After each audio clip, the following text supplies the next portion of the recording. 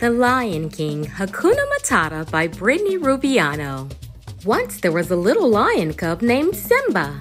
Simba was staying with his pals Timon and Pumbaa at their colorful jungle pad. Timon and Pumbaa taught Simba how to live like them, which was turning out to be pretty great. For one, there were no rules. He could play with new friends and have snacks whenever he wanted, even if they mostly ate bugs. Best of all, he didn't have to take baths. Simba was learning a lot, like the fact that Timon loved eggs, though they were hard to come by, and that Pumbaa enjoyed buzzard bowling and hedgehog bowling and rock bowling. Really, he just loved knocking things down. Who doesn't? But the best thing Timon and Pumbaa taught Simba was their motto for an easy life, Hakuna Matata, which means don't worry. The past got you down? Hakuna Matata. Change your future. Your favorite watering hole suddenly taken? Hakuna Matata. Find a better one. Anteaters being snooty? Be you. Hakuna Matata. One morning, Simba woke up with the sun, ready to pounce on the day. But it seemed Timon and Pumbaa were sleeping in. Feeling antsy and ready to hunt for grubs, Simba decided to go exploring without them. Soon, he found a nice open field where he could run around. Hakuna Matata, he thought happily. A little while later, Timon and Pumbaa finally awoke to find their friend missing. They decided to look for Simba in all his favorite spots. Furball! Little buddy! Simba! They called to no answer. Well, this isn't good, Timon observed. How did we lose a lion? Pumbaa added, concerned. A few clearings away, Simba was living Hakuna Matata to his heart's content. He wasn't sure how the morning could get any better until he found a perfect mud hole.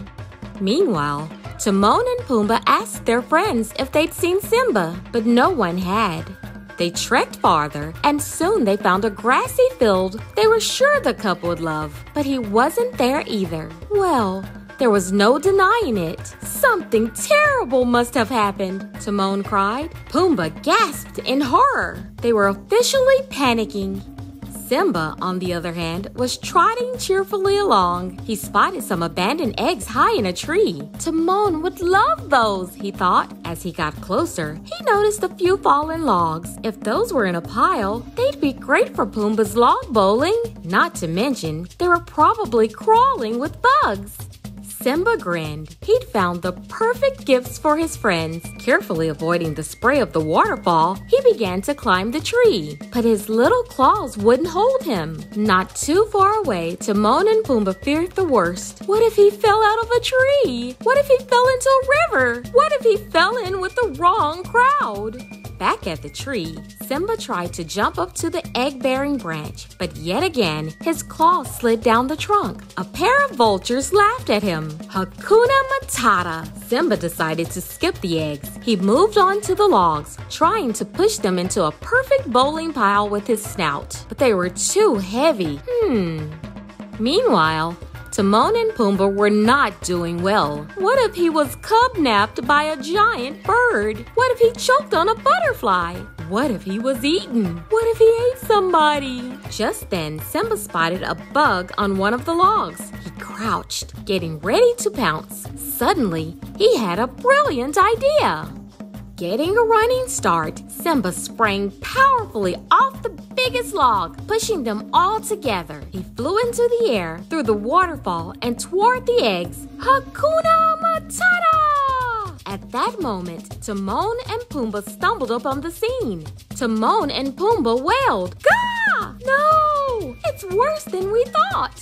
Simba landed and gently handed over the nest. "Guys," he said, "I'm glad you're here. I got some eggs for you, Timon, and Pumbaa, some bowling with a side of bugs." Timon and Pumbaa had never felt so many feelings. They were even speechless for a moment, but only for a moment. "You're safe," Pumbaa finally said. Timon choked back a sob. "And you got us presents." Simba stared at them. "What?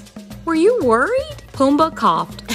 "Us? Worried? Of course not. Don't be ridiculous," Timon scoffed unconvincingly. But Simba knew exactly what his pals needed to hear right then. "Hey, it's all right," he said with a wave of his paw. Hakuna Matata. The end.